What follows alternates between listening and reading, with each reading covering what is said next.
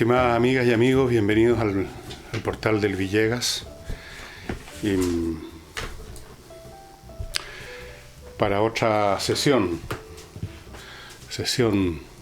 de conversación, de comentario, examen, opinión, análisis, como quieran llamarlo, de los hechos que en un momento dado me parecen de alguna importancia, menos por el peso que tienen en el momento dado en que están ocurriendo los eventos, como por lo que puedan implicar, significar, señalar o consecuencias que puedan tener.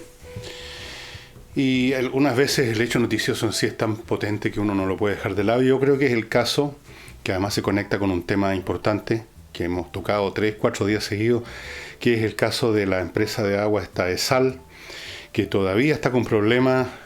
Hay una parte de los osorninos que siguen estando sin agua. Parecía resuelto el tema, pero se volvió a producir un problema por exceso de demanda en un momento dado, qué sé yo. Es el cuento nunca acabar. Y los osorninos están enfurecidos, se están subiendo por las paredes y con toda razón. Imagínense lo que significa no poder contar con agua 6 días seguidos en toda la ciudad. No poder bañarse, tantas cosas, ¿para qué les digo?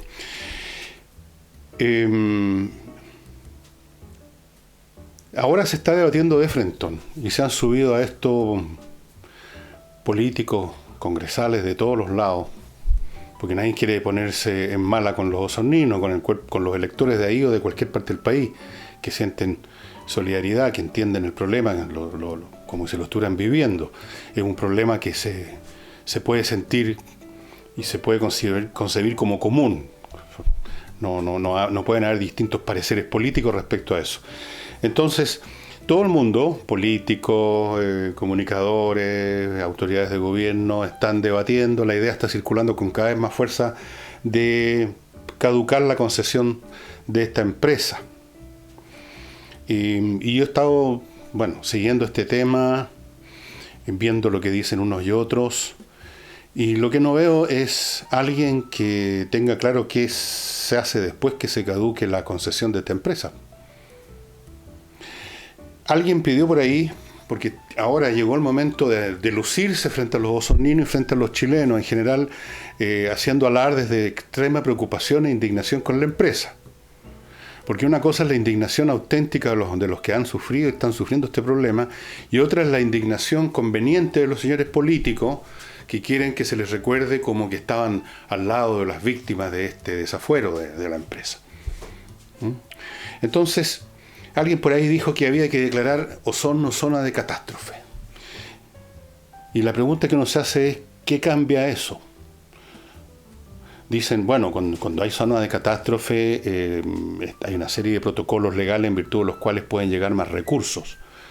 Sí, pero ¿qué se hace con esos recursos con el tema del agua específicamente? Aquí no se trata de que hubo un temblor, se declara zona de catástrofe y llega más plata que se puede emplear directamente en comprar alimentos, en comprar, ropa de cama, en comprar, en iniciar la reconstrucción. Son cosas que se pueden hacer con esos recursos adicionales. Pero ¿de dónde sale el agua adicional con la zona de catástrofe? Porque si me dicen, se ponen más camiones de aljibe, pero no se necesita declarar zona de catástrofe para poner en acción carros aljibe. O sea, yo supongo que ya lo están haciendo. Y si no, es que se pasan de inepto. Y se pueden poner más carros aljibe y todos los carros aljibes del mundo, y poner a funcionar también los carros bomba y hacer lo que se quiera sin necesidad de zona de catástrofe. Yo no estoy diciendo esto porque esté en contra de esa declaración.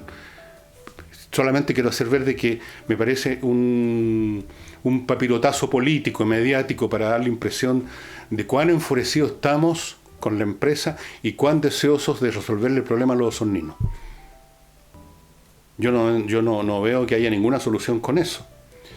Yo creo que se ha generado en esto, como ocurre siempre, cuando hay un problema que lo afecta a la población, los políticos que no tienen escrúpulos para nada, se suben inmediatamente al carro que les conviene. En este caso es el carro de la indignación y es el que al mismo tiempo es el vehículo de la solidaridad, que es una frase que se emplea tan fácil, hay que solidarizar.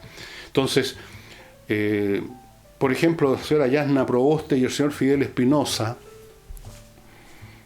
que no son genios deslumbrantes tampoco, inmediatamente trataron de asociar esto con el presidente de la República para ver si algo del malestar de los osoninos se traslada hacia el gobierno, porque dijo alguien, ¿cómo se le ocurre viajar? No va a viajar, así que ya estaba de más esa crítica. Habiendo esta situación, como si Piñera fuera Moisés y con una varita tocando una piedra pudiera salir agua de ahí. Eso es completamente estúpido. ¿Cree Yasna Proboste, el señor Fidel Espinosa, que los osoninos son idiotas? ¿Que van a creer los osoninos que si aparecen las autoridades entonces se van a solucionar los problemas? Va a ser un milagro, va a ser el Mesías del agua. Yo sé que eso es un numerito que hacen todos los políticos. Recordemos el famoso terremoto cuando la señora Bachelet se fue a meter a la oficina de la ONEMI y fue lo único que causó, bueno, ya sabemos lo que causó. No, pero no, tienen que salir en los medios, los políticos haciendo su número, recorriendo con el ceño fruncido las calles donde está el desastre, hablando con la vecina, con doña Juanita y haciendo ver su solidaridad. Y lo único que hacen, en términos prácticos, es desorganizar aún más de lo que ya probablemente está las tareas de reconstrucción o de rescate de lo que sea. Ya se convirtió esto en un tema político para un montón de gente y, por supuesto, del modo que ya sabemos, ver de qué forma lo convertimos esto en un ataque contra el presidente de la República. Que no ha viajado, que viajó, que iba a viajar, que esto, que el otro, que debiera hacer esto y lo demás allá. Yo pregunto de nuevo, fuera de poner más camiones aljibes, no sé cuántos estarán ya usándose, supongo que estarán usándose. ¿Qué otra cosa se puede hacer? Quitarle la concesión. Pongamos que mañana le quitan la concesión, mañana sábado o hoy día viernes a última hora se decreta con el ceño fruncido, porque todos se suben a este carro. También los de gobierno se sienten obligados a seguir a subir al escenario, a seguir la función de la muestra de rabia con los habitantes y rabia contra la empresa y solidaridad con los habitantes. Entonces, bien podría ser de que se decrete en último momento que queda caducada la concesión. ¿Y de qué va a servir eso? Seamos realistas. Va a aparecer de la nada, así, una empresa con todos los equipos listos y va a empezar a bombear no solo agua, champán por las cañerías de Ozón. Estas cosas no se resuelven así de un día para otro. Cuando explota un problema por ineficiencias de gestión, por falta de reglamentos precisos, porque no hubo una supervisión adecuada del Estado, cuando se acumulan problemas derivados de la incompetencia nacional que se manifiesta en el campo privado con el público. Eso no se van a resolver de la noche a la mañana con decreto, con los presidentes o con las autoridades visitando la zona de catástrofe. Se van a resolver a largo plazo, cambiando las leyes, cambiando los reglamentos, cambiando los organismos, las personas que manejan los organismos de supervisión, generando nuevos métodos o maneras en este caso, de tratar y canalizar el agua. Todo eso toma tiempo. No hay ninguna solución instantánea para esto. La única solución que puede venir pronto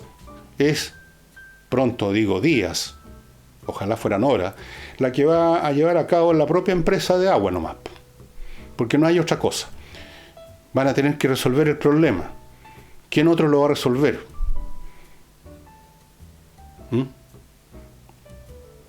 Estos casos en que cuando una ineptitud generalizada finalmente explota con una crisis,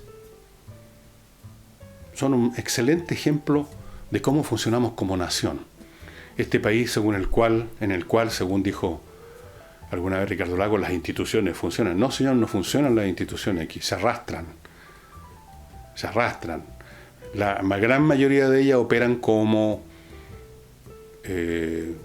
lugares donde se pone a gente de la coalición de gobierno, operan como botín, operan como pitutos, fuentes de pitutos. No operan bien, no funcionan bien, funcionan a media, a veces no funcionan en absoluto y son costosas, constituyen un peso aplastante desde el punto de vista financiero para los ciudadanos productivos de este país. Y por lo tanto, cuando vienen estas crisis se descubre que las leyes eran insuficientes, que los que las diseñaron eran unos incompetentes, unos tontos, que las superintendencias o los organismos de control no controlaban ni superentendían ninguna cosa, que el día a día era un llegar de los funcionarios a las 9 de la mañana a prepararse un café, que en la empresa privada en cuestión, en este caso de no sé qué tonterías o qué cosas dejaron de hacer o hicieron mal, se revela la incompetencia generalizada de un país que se niega a mirarse a sí mismo y se miente todo el tiempo con el cuento que las instituciones funcionan o que éramos los ingleses de Sudamérica, ahora somos los leopardos del Oriente, no sé qué diablo éramos. Mentira. Un país donde cuando llueve, o cuando llovía, porque ya no llueve en Chile, por lo menos no en Santiago, un país donde cuando llueve se anegan las calles, una lluvia nomás, pues una lluvia. Es un país que no tiene derecho a decirse las instituciones funcionan. No, no funcionan.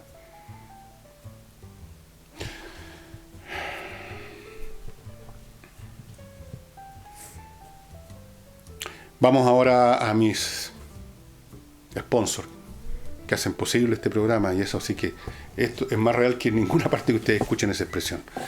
Y parto a propósito de empresas. Si usted quiere que la incompetencia no florezca dentro de su empresa también, en el sector más complicado y delicado que es la administración, la contabilidad, todo eso póngase en manos de gente que se conoce de memoria esta pega, porque la desarrollaron, la aprendieron, la experimentaron y la maduraron en grandes empresas internacionales, donde los incompetentes no duran ni un minuto, salen volando por la ventana.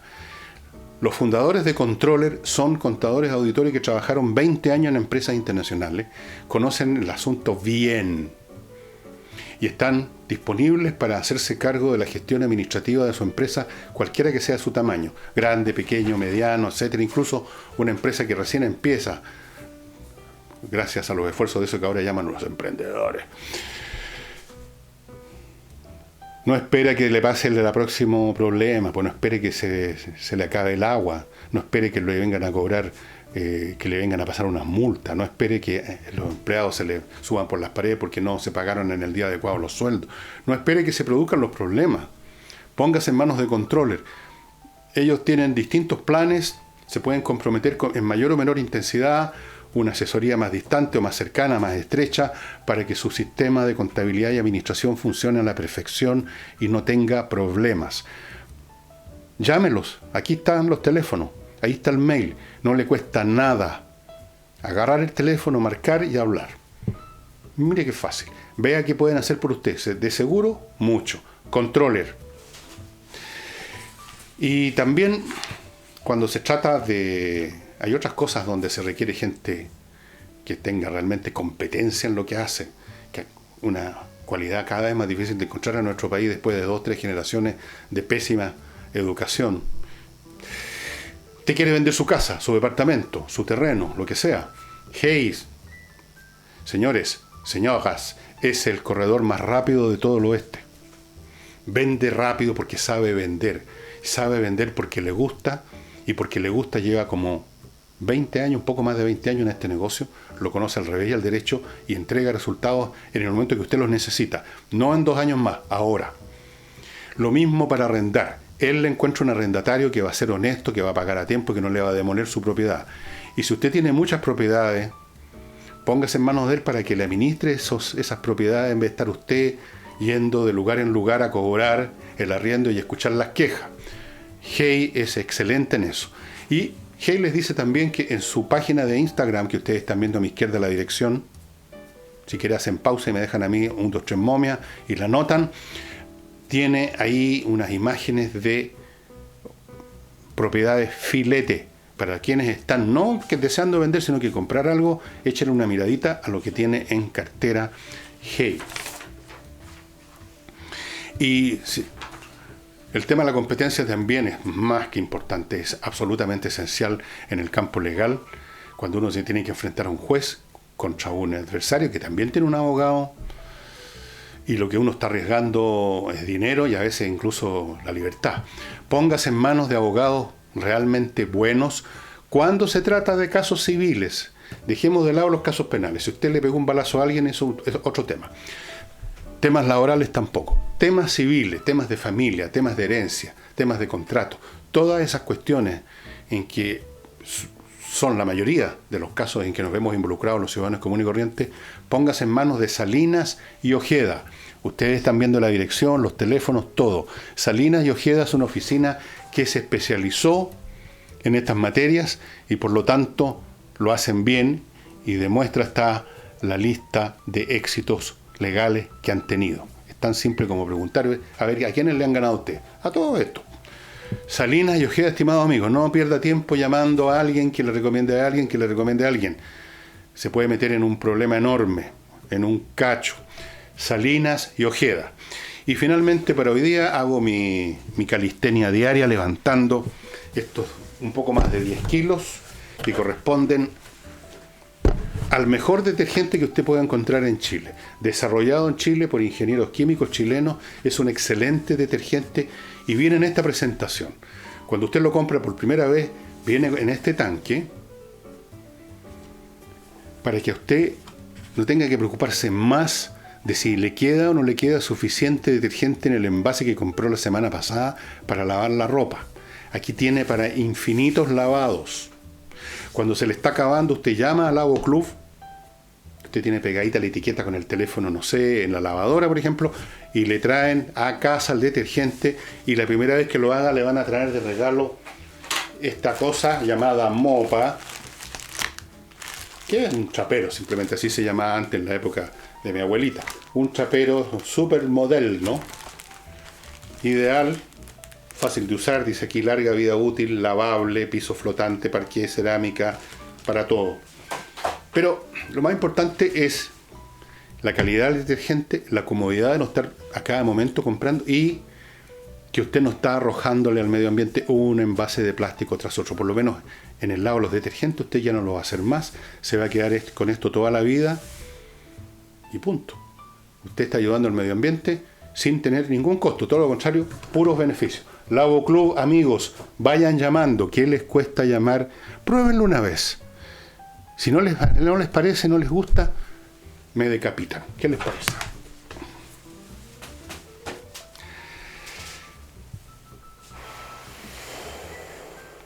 Y ahora, estimados amigos, paso a un tema que tiene un poco como de anécdota, tiene un elemento también de tristeza, un elemento de nostalgia, si ustedes quieren, y es el fin de este monasterio o convento, lo de las Carmelitas Descalzas, que existe todavía el edificio, por supuesto están ahí todavía en Viña, en la bajada de Agua Santa.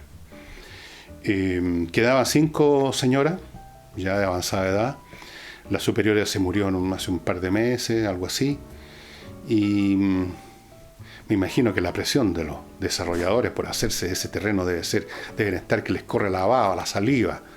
Los desarrolladores, o como llaman, las empresas constructoras, que son más bien las empresas demoledoras, están a la guaita estas cosas. Y algunos han permitido algunas bromas bien estúpidas por lo que he visto en comentarios acerca de las monjas y de pero la cosa no hay que ser tan... Alguien dijo por ahí que la ignorancia es insolente, ¿no? Y la otra vez me acusaron a mí de estar diciendo una cosa basada en la ignorancia y que por lo tanto yo era un insolente. Ahí conocí esa frase. Bueno, le expliqué a esta persona que no era así. Espero que haya entendido mis argumentos. No estaba yo hablando por ignorancia, ni mucho menos. Pero el hecho es que es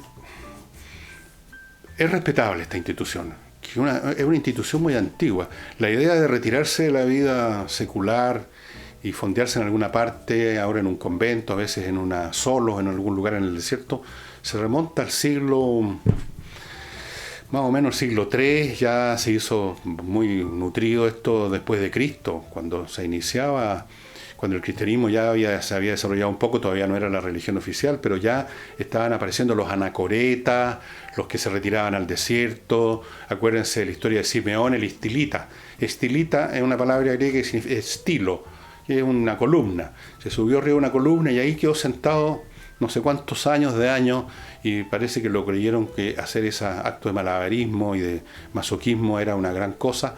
Se retiró mucha gente, mucha gente. Después apareció la idea de estar juntos en algún lugar bajo una regla, bajo un reglamento específico. De ahí viene toda la institución de los monasterios, que se desarrollaron con mucha fuerza en la Edad Media y fueron muy útiles. Los monasterios no estaban simplemente los tipos orando, sino que trabajaban prácticamente todo el día, fueron uno de los grandes factores de desarrollo de la agricultura en la Edad Media, de secar pantanos, de plantar, de qué sé yo. Fueron importantes también para preservar, y en algunos casos destruir, manuscritos de la antigüedad clásica. Habían monjes que copiaban, estaban todo el día copiando porque no había imprenta. Así que fueron, desde el punto de vista de la utilidad práctica para la sociedad, fueron muy útiles. Después esa utilidad se fue perdiendo, algunos monasterios se enriquecieron, o sea, se enriquecieron los monjes que estaban adentro. Hubo órdenes que tenían elementos militares, ¿no? La Cruz de Malta, y otros eran caballeros que juraban, se sometían a ciertas reglas también monacales, pero eran guerreros. Esto se desarrolló durante la época de las cruzadas. Y con el paso de los siglos se fue convirtiendo, especialmente los monasterios de monjas, en un depósito para señoras o hijas de familias que no tenían futuro. Es decir, como las mujeres no tenían ninguna posibilidad ocupacional en el siglo XVIII, XVII, XVI, incluso XIX, en gran parte del siglo XIX, la única cosa que podía hacer una niña era casarse. Esa era su principal ocupación, encontrar a alguien con quien casarse. O más bien dicho, la familia encontrarle a alguien con quien casarla. Si no se podía casar, si empezaban a pasar los años, le quedaban dos posibilidades. Una, convertirse en una institución que ya no existe, una señora de compañía, una especie de allegada, digamos, un poco más glamurosa. Una persona que no tenía ninguna ocupación concreta salvo ser como parte del cortejo de la dueña de casa. Y algunas otras las metían en un convento. Esa era la otra. A rezar. Muchas niñas fueron a dar a los conventos. No era fácil, no era gratis. Mi padre, que era un hombre con un humor aún más negro que el mío, solía decir que hay que ser inmensamente rico para jurar votos de pobreza. Y se refería al hecho histórico de que cuando una persona quería entrar, un adulto ya, ¿no? Quería entrar a un monasterio, no era llegar, tocar la puerta y decir quiero ser monje. Había que llegar con importantes recursos para apoyar la existencia del monasterio y apoyarse a sí mismo en el futuro. O sea, no se llegaba a pata pelada y a poto pelado, se llegaba con recursos. De ahí la frase de mi señor padre, de que hay que ser muy rico para jurar votos de pobreza. Y bueno, en la historia de las instituciones monásticas es muy interesante, evidentemente que están en retirada en todas partes del mundo. En Chile, las veces que uno recuerda que existen o existían monasterios o conventos de monjas, cuando uno compra algunas mermeladas que insisten en que las producen unas monjas. ¿Será cierto? ¿Será cierto que quedan monasterios donde unas cuantas viejitas preparan mermelada? Tengo mis dudas. ¿Y cuál es la ocupación, a propósito, cuál es la razón de ser terios, más allá, digamos, de satisfacer la psicología de personas que se quieren retirar del mundo, y más allá de la utilidad práctica que pudieron tener en otra época, cultivando suelo, desecando pantanos? Es esta.